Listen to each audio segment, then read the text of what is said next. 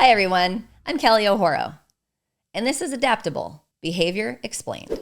Welcome to our show today. I'm excited to have you here and to introduce a new series called Counselor Cafe, where I have chosen to interview other therapists so that we can talk about important concepts and things that are plaguing people in the world today.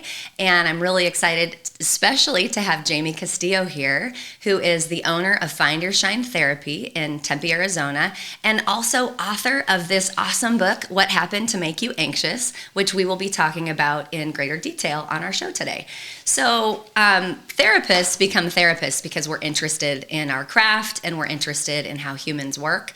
And I don't think I've met a single counselor who hasn't had stuff in their history that they're more eager to explore. So part of what makes us more aware and awake about helping others is really knowing and being aware about what's going on with us and what motivated us to become a therapist. So on that, I'm going to kick Jamie off here. Tell me a little bit about yourself, maybe on that note. You know, a little bit something gritty about anxiety, perhaps, since you are an expert. Sure. Thank you so much for having me. I'm Absolutely. really happy to have this conversation. It's so important. And in terms of my journey, you know, like you mentioned, as therapists, we are really encouraged to do our own work in the journey to become a therapist so that we can show up for our clients better. And so in my journey, I started unpacking some of my own anxiety and really realized that there's a lot in my history that contributed to how I felt as a budding therapist. And in particular, I experienced a lot of fear around being incompetent, sounding dumb. And, you know, when I really unpacked that in therapy, I realized this actually comes from somewhere, even though I didn't have a blaringly obvious trauma that caused it. And so that's sort of what prompted me to do my own work and to start writing this book. Awesome. Well, that's really interesting, and I thank you for your vulnerability about that. I always tell my therapists as I'm teaching and we're doing consultation and staffing, if there's something that's in their way, you know, typically it's our countertransference. And a funny phrase around our office is, your shit is showing. You know, we better get your shit cleaned up so that it's out of your way, because otherwise you're in the way of your client. So I have even more respect hearing about that. And I think it's a great screening question when you're looking for a therapist of your own, asking them, you know, do you do your own work, and are you actively seeking those additional help? Because that's what keeps us sharp. It's what keeps us aware. So thank you for sharing about that. I really appreciate that vulnerability. So tell me, you said that's what made you start to write the book. Tell us a little bit about the book, what we can expect to find in it, as well as for you, the purpose for the reader.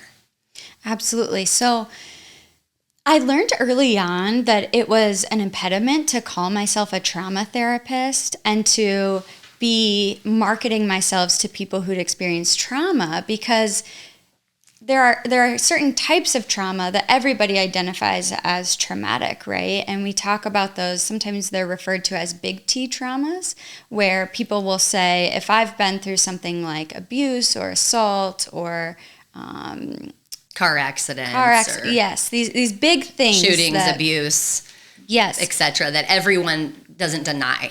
Right. Everyone would look at that and say that is traumatic. Those people would likely seek out trauma therapy, right? And so for many of us, though, it's more about little underlying things that did happen or didn't happen that don't necessarily rise to the level of a big T traumatic event, but that still impact us today. And so for me, doing my own work meant exploring what those little T traumas were and honoring them and being able to say, no, that doesn't rise to the level of a life-threatening experience, but it certainly impacted me and still impacts me. And I have an obligation as a therapist and as a mom and as a partner and as all of these things to look at that and to explore that and to unpack it. That's so true and really poignant. I appreciate that so much. So thinking about trauma and symptoms of trauma, I understand anxiety as a symptom of trauma. I mean, it's something that's unresolved that we haven't yet identified its origin of its roots and what happened, like you talk about in the book, on how to sort of find our way to those moments that created the anxiety in our nervous systems. So let's talk about anxiety. How would most people understand anxiety as a symptom? And what are some things that are obvious that we all know about anxiety that people can really point to, but which will help us to better talk about things that most people don't understand as anxiety symptoms? Certainly. So for me, if somebody had asked me, are you an anxious person? I would have said, who, me? No, absolutely not. I'm fine, right? And for me, it was, I first noticed it when I was sitting in my internship for graduate school. And I was at an internship site where I was providing therapy as an intern, and I was surrounded by people much more experienced than me. So therapists who'd been doing it a lot longer. And every time it was sort of a round table staffing, right? So we'd go around and it was one person's turn to talk or to staff a case. And I noticed that as it would get closer to me, my anxiety would just rise and rise and rise. And that looked like typical symptoms, right? So my heart might beat a little bit faster, my palms might get sweaty, I might just feel sort of keyed up. And those were classic signs of anxiety. And when I unpacked that, I really found out that there was something deeper in my history that had happened that created this overwhelming, kind of ridiculous fear of speaking in front of other people and sounding incompetent. And so those were the symptoms that sort of keyed me off to knowing, okay, there's something here going on. It doesn't seem like other people are experiencing this amount of anxiety in this room. But I think for a lot of people, those classic symptoms can show up, but also more inconspicuous symptoms. Right. So before we dig into that, I want to just kind of pull back a little bit, because I want to make sure that we talk a little bit about the fact that anxiety is not a bad thing. It gives us the energy we need to motivate us to avoid failure, to finish things, to not want to be incomplete with something, to get that last assignment done, to try to do a good job. So a lot of times people paint anxiety as if it's always bad all the time. And stress is actually really important in small doses, not acute and all the time and pulled back. And I know that you know that, but I want to make sure that our viewers know that, because we need anxiety to motivate us. And I don't know about you, but I don't know a person with a master's degree or higher that wouldn't probably meet criteria for generalized anxiety, because it helps to motivate success. And so we're talking today more about those symptoms that are so not ecological, like you just shared, where you're getting ready to present and you're overwhelmed with this fear of sounding like you don't belong there and you're not going to be competent if you say something, or it's not going to be correct. And that's the stuff that throws us into that freeze state, and ultimately that noisy voice in our head that says you're not enough, you're not smart enough, strong enough, competent enough. And that's where we can really dig in. And so from there, let's talk about those more innocuous symptoms, those ones that not everybody would understand as anxiety, that perhaps could point them to further exploring those roots. Does that sound okay with you? Definitely. Okay. Yeah, you make a good point about anxiety that fits the facts of the situation. So if I have a presentation coming up and I feel a little anxious about it, that's going to prompt me to prepare, and that's helpful. And when I'm sitting in a meeting with my colleagues and it feels like there's a lion about to attack me in terms of what's going on in my body, that's disproportionate, and that doesn't fit the facts, and that's worthy of intervention. So yes, the more inconspicuous symptoms of anxiety, in my mind, a lot of times it comes across as irritability, right? When people tend to have a short fuse, or I feel like I just don't have capacity, I don't have tolerance for much at all, and I come across really irritable, that's an indicator to me that there's some anxiety going on. Because when I'm worried about things related to survival and livelihood, it's really hard to to have capacity for anything else. Those are really fundamental things that my brain is trying to work through. They slow us down. down. They impede our thought. They impede our action. And it shows up as a reaction as opposed to a response that's measured in real-time ecological safety. And so I think that is a great, segue into, I kind of want to share a client story so that as people are listening, they understand that we are all impacted by triggers in our environment, and some of them are so not obvious as far as how they are rooted in our history and in our past and how they have informed our presenting issues today. So I had this client, awesome woman, high achiever, very successful, strong marriage, beautiful home, just all the things. And when we first started talking, I said, let's dig into your history. And she's like, oh, my childhood was honestly, it was perfect. It's almost embarrassing. And we get to talking, and they went to church, and there was always food on the table, and her parents showed up to everything, and she was the valedictorian. I mean, just all the things that would make someone go, nothing's wrong with them. Why would they be complaining about anything? And what she understood in herself was, more irritability than she wanted, impatience, some symptoms that look like ADHD and probably are ADHD as well as anxiety, but ultimately they're things that were bugging her about herself. And they weren't these global sweeping problems that were infringing on her ability to be an awesome, productive person. But she didn't have patience for a lot of compassion. She didn't have patience for a lot of, people needing her and things like that. And so we dig and we did it, and we spend some time figuring out what happened. What happened that created this impatience in your nervous system. And, eventually we discover that she's a baby. And when she's a baby, her grandfather passes away. And her mom checks out. Not because her mom's a bad mom, but because her mom is dealing with an extraordinary grief experience. And the baby feels that. In my own story, my mom had a miscarriage when I was like 2, and she checked out. So even just an experience that happens to our mothers creates this instability of support where we don't understand where they went. Why aren't they there for us? And so we learn things like, I can't count on anyone, or I have to make sure everybody's okay, or I need to double check and fix all the problems, because if people have a problem, they leave me.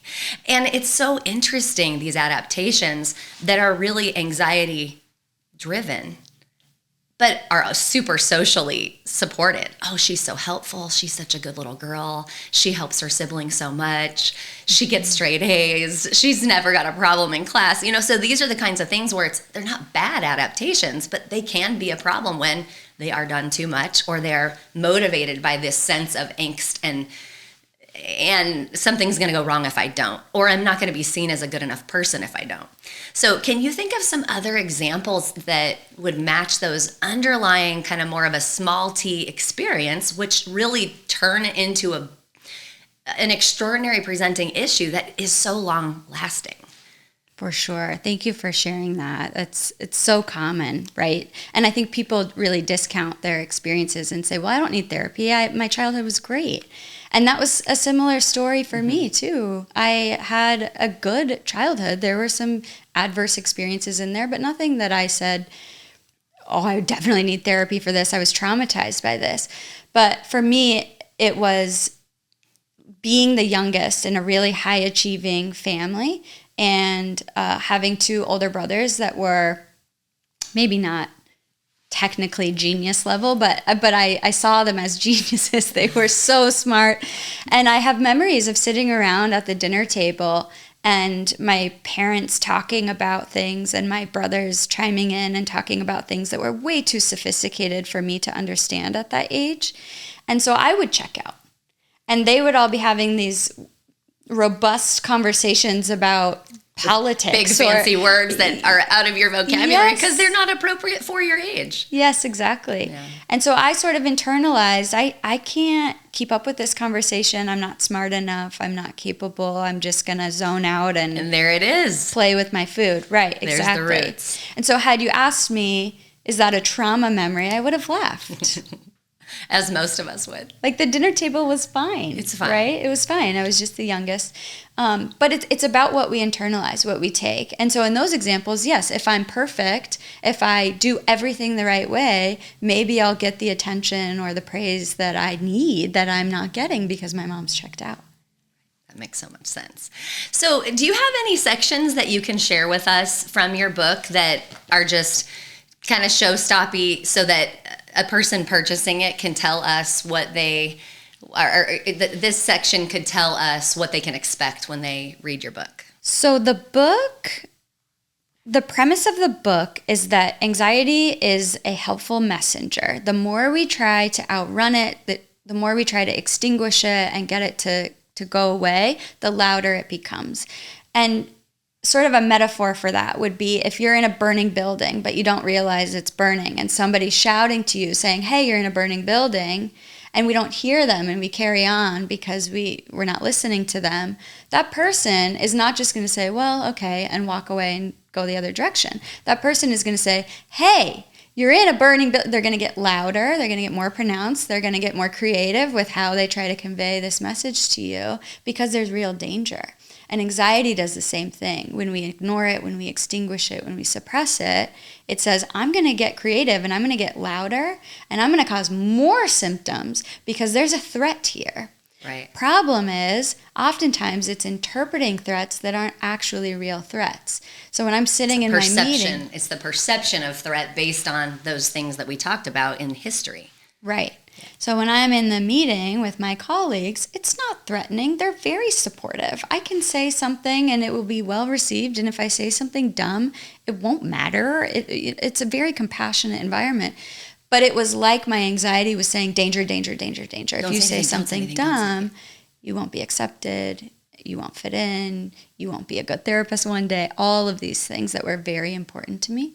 And so I had to learn to, rather than suppress it, outrun it, say that's stupid, that doesn't make sense, stupid anxiety, go away, I had to say this has information for me and it's pointing me to, hey, this experience in your past was big, it was meaningful, and we can't let it happen again because it felt really bad. And so as soon as I tuned into it and said, hey, anxiety, okay, what do you have for me? Hey, messenger, exactly. What data are you trying to red flag and dashboard me so that I don't ignore it? Exactly. And I can work with it. Lean in. So the premise of the book is designed to help you, start to befriend your anxiety. Start to say, rather than running away from you, I'm going to turn toward you and I'm going to listen. And I'm going to see what information you have for me, that can take a long time. That's a hard thing to do because anxiety sucks. It's uncomfortable. We don't want to. But we want to be thinking about it like it's our friend, like it's a messenger. Yeah. And so part of, I think, the work and what you so beautifully describe in your book is let's lean in and get close to it and befriend it. Definitely. So that we understand, what are you trying to tell me? Like someone who's got our back as opposed to, the part of us that's sabotaging our world. It's like if I slow down and listen in, I've got good information I can lean into and explore greater my whole self and my whole story. Exactly. Awesome. So, and then we let anxiety guide us to the little T traumas, the things in the past that you wouldn't readily identify as big traumatic incidences, but the place where anxiety was born as a way to help you avoid some distressing or threatening situation in the future. And then we get to look at that and dig around in that and help resolve that so that anxiety doesn't have to work so hard. It doesn't have to be the person in the outside of the burning building screaming. It can say, it's safe to move forward. I can rest. I can ease up a little. And then the presentation, the benefit of that is that we get to live with less anxiety. Right. Which is everyone's goal. We lean in and then it can lessen. Is there anything you want to share directly from your lovely words that drives that home? Well, I do have one section where I talk about how do you know if you need to revisit a memory or not. So sometimes clients will come in and they'll say, well, yeah, this happened, but I just don't really know if I need to go back there. And so I talk a little bit about the disconnect between knowing something to be true and something feeling really true. And you've talked about this a lot, and you're an expert in this area. But the disconnect of, I know something wasn't my fault, but I just feel guilt and shame about it as if it were my fault. Or I know that I'm competent, I know that I'm capable, but I just feel so... That imposter. Yes. Right. Yes, the imposter syndrome, the fear of failure. And so the book in that section helps you identify ways in which you know something to be true about yourself, others, or the world, but it doesn't feel true. And that's a good indicator that there's work to be done there.